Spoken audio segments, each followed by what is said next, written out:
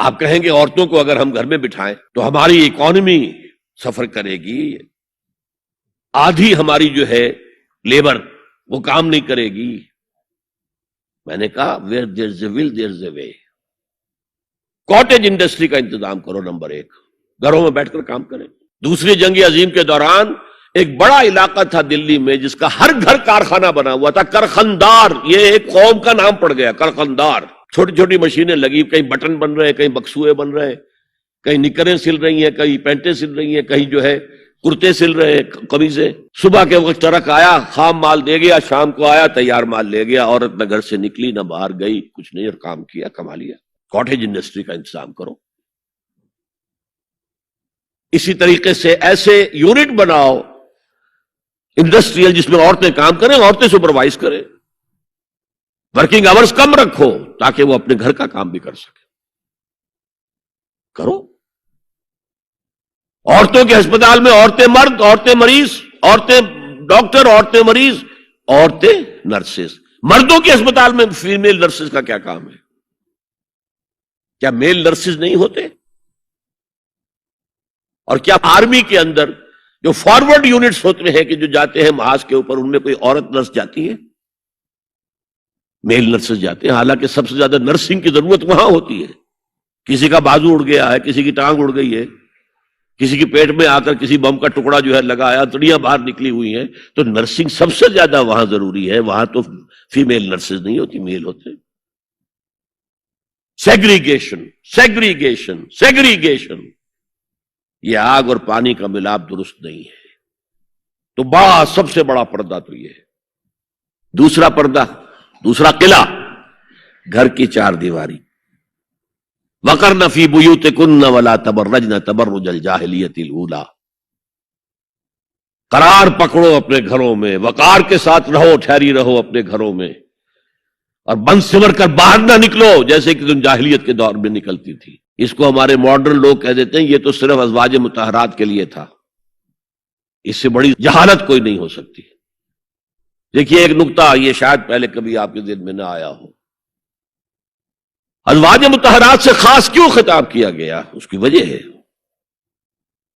اسی سورہ احزاب میں جس میں یہ مضمون آیا ہے وَقَرْنَ فِي بُيُوتِكُنَّ وَلَا تَبَرَّجْنَ تَبَرُّجَ الْجَاهِلِيَّةِ الْأُولَىٰ، اسی میں آیت آئی ہے لَقَدْ كَانَ لَكُمْ فِي رَسُولِ اللَّهِ أُسْوَةٌ حَسَنَةٌ۔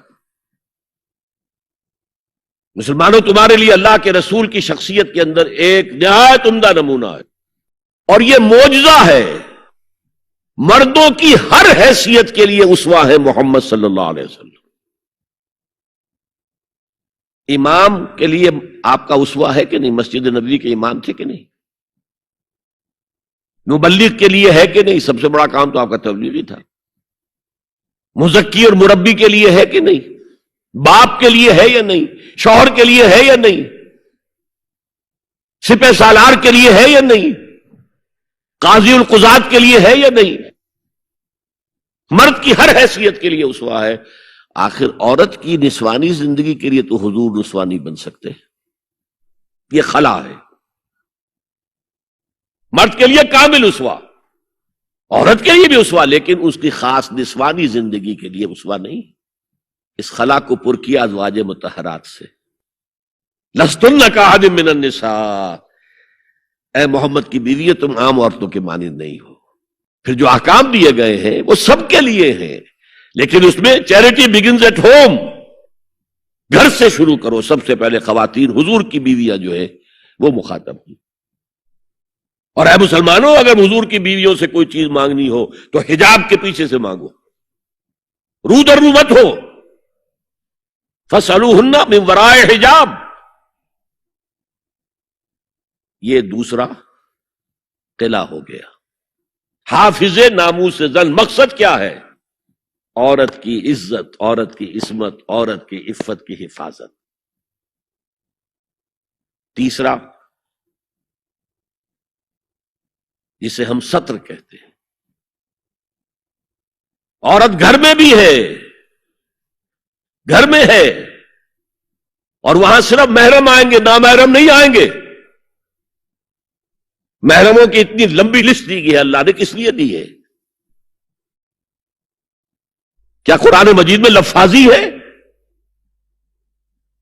ایک ایک لفظ گنجینہ معنی کا طلسم اس کو سمجھیو جو لفظ کے غالب میرے اشعار میں آوے. غالب نے تو تعلی کی ہے، اللہ کے کلام میں تو یہ بات صحیح ہے نا. گھر کے اندر نامحرم نہیں آئے گا. گھر میں اگر وہی ایک بیٹی تھی جو آپ نے اپنے داماد کو دے دی ہے اور کوئی اور بیٹی نہیں ہے تو داماد گھر میں آ سکتا ہے ورنہ نہیں آ سکتا. سالی سے اس کا پردہ ہے، دیور سے بھابھی کا پردہ ہے، چچا زاد بھائی بہنوں کا پردہ ہے. چچا سے پردہ نہیں ہے، ماموں سے پردہ نہیں ہے، چچا زاد پردہ ہے، ماموں زاد پردہ ہے، خالہ زاد پردہ ہے، پھوپھی زاد پردہ ہے. یہ سارے احکام کس لیے دیے گئے؟ گھر کے اندر بھی ستر اور نگاہیں نیچی. مولانا حمید الدین فراہی نے ایک نکتہ بیان کیا کہ سورہ احزاب میں جو پردے کا بیان ہے وہ ہے گھر سے باہر کا پردہ. جب اے نبی کہہ دیجئے قل لازواجک و بناتک و نساء المؤمنین یدنین علیہن من جلابیبہن. جلباب کہتے تھے ایک بڑی چادر. کوئی عربوں کی تہذیب میں موجود تھی دو چیزیں. گھر میں ان کے ایک دوپٹہ ہوتا تھا جسے خمار کہتے تھے. خمار، خمرہن کا لفظ آیا ہے سورہ نور کے اندر. گھر سے باہر نکلتی ہوئی وہ اپنا پورا وجود ایک چادر میں لپیٹ لیتی تھی لیکن چہرے کا پردہ نہیں تھا. اب فرمایا گیا اے نبی اپنی بیویوں سے اور اپنی بیٹیوں سے اور اہل ایمان کی بیویوں سے. اب بات آگے بڑھ رہی ہے، اہل ایمان کی بیویاں شامل ہو گئی اس لیے کہ تو ساری بات ہی ازواج مطہرات سے جو ہو رہی ہے اس لیے ہو رہی ہے کہ وہ اسوہ بنے مسلمان خواتین کے لیے. ان سے کہہ دیجئے وہ اپنی چادروں کے پلو لٹکا لیا کریں. یہ جو گھونگھٹ کا تصور بعد میں ہوا ہے یہ ہے تیسرا پردہ. سطر کی حد تک ہے سطر آپ نے، اور اس میں بھی کیسے کیسے احکام دیے گئے. لباس وہ پہنو جو ڈھیلا ہو، تنگ نہ ہو، ٹائٹ نہ ہو، جو جسم کے نشیب و فراز کو واضح کر رہے ہو. اتنا باریک نہ ہو کہ جسم جھلک رہا اس میں سے. اور اس پر اضافہ